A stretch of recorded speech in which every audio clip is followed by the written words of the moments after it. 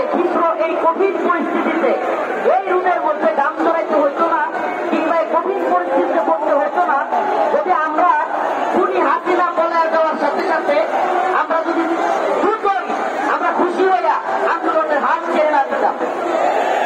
আমরা যদি একটা বিপ্লবী সরকার গঠন করতে পারতাম তাহলে আজকের এই পরিণতি হয়তো আমাদেরকে দেখতে হতো না।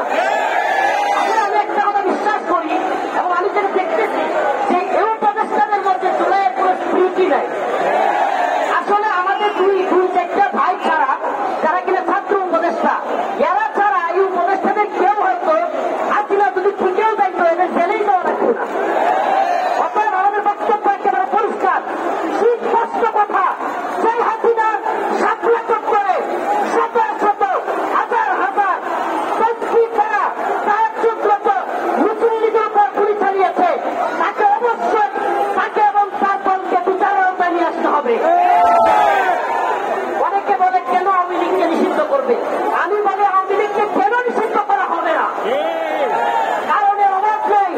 রাতের গভীরে সাহায্যরত নামাজরত ব্যক্তি হাতে থাকা মুসলিম লীগকে গুলি করে হত্যা করেছিল আওয়ামী লীগ। সামনে থেকে বসে পড়ে সেনাবাহিনীকে হত্যা করেছে আওয়ামী লীগ, ভাইদেরকে হত্যা করেছে আওয়ামী লীগ, সিলেটের এমসি কলেজে ধর্ষণ করেছে আওয়ামী লীগ ছাত্রলীগ, আফরানকে হত্যা করেছে আওয়ামী লীগ ছাত্রলীগ।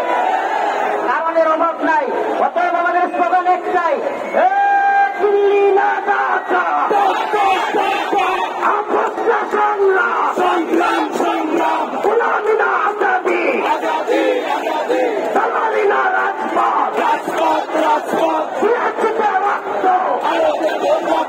রক্তের বন্যায় আওয়ামী লীগের দালালেরা, বেশিরভাগের দালালেরা একটা একটা লিখত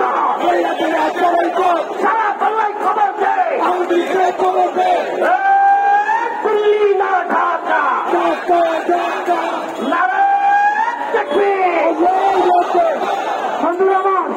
লাখো জনতা আসবে, একটু বুঝবেন প্লিজ ভাই, আপনারা একটু বসে পড়েন।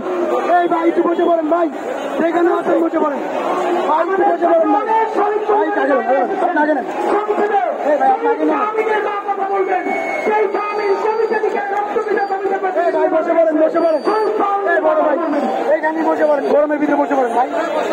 আমাদের সন্তানদের রক্তের উপর আর কেউ বাসা বাঁধতে পারবে না, আমরা কেউ আর বাসা বাঁধতে তাকে দিব তাহলে সবাই সোচ্চার হন। কোন ধরনের এই ফাঁসিবাদী আর রাখতে পারবে না। তাদের ভিসা ধরে সমস্ত এই শাহবাগে আমরা দেখতে চাই। আপনারা প্রস্তুত হন। আমি মা আজকে এখানে আসছি, আরো হাজারো মা আছেন, তাদের পরিচয় থাকার কান্না কেউ করতে পারবে। আপনারা সবাই তাহলে যুদ্ধের এমনটা সবাই এদেরকে আর ইয়ে করা যাবে না। আমরা আর এদেরকে কখনোই ধান দিতে পারি না। আমরা তাদেরকে কি করবো, ব্যান করবো। আপনারা সবাই বিপ্লবের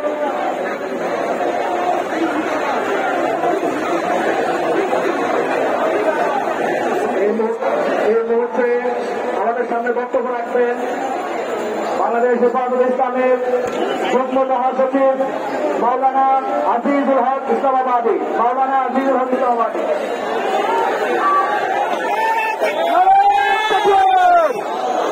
আসসালামু আলাইকুম ওয়া রাহমাতুল্লাহি ওয়া বারাকাতুহু।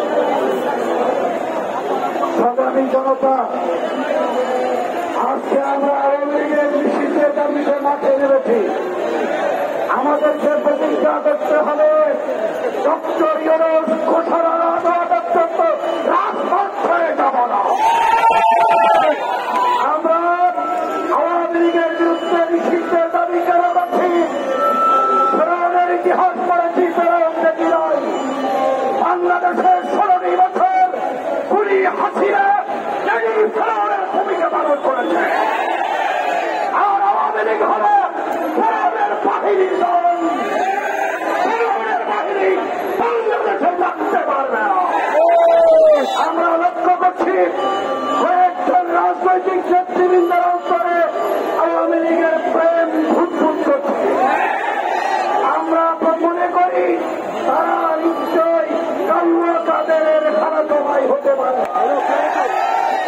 এবং কাদের খালাতো ভাইরা বাংলাদেশে থাকতে পারে না। তাদের ঠিকানা হলো দিল্লি, দাদা বাবুদের দেশে চলে যান। বাংলাদেশে আওয়ামী লীগ হলেন খুনি দল, আওয়ামী লীগ হলেন সন্ত্রাসী দল, আওয়ামী লীগ হল আওয়ামী লীগ হল স্বাধীনতার শত্রু দল। এই দলকে নিষিদ্ধ করা আজকে আগ্রহের মধ্যে আজকে ডক্টর ইউসুফ আপনাকে বলতে চাই, আপনার ক্ষেত্রে বিচার করা দরকার ছিল।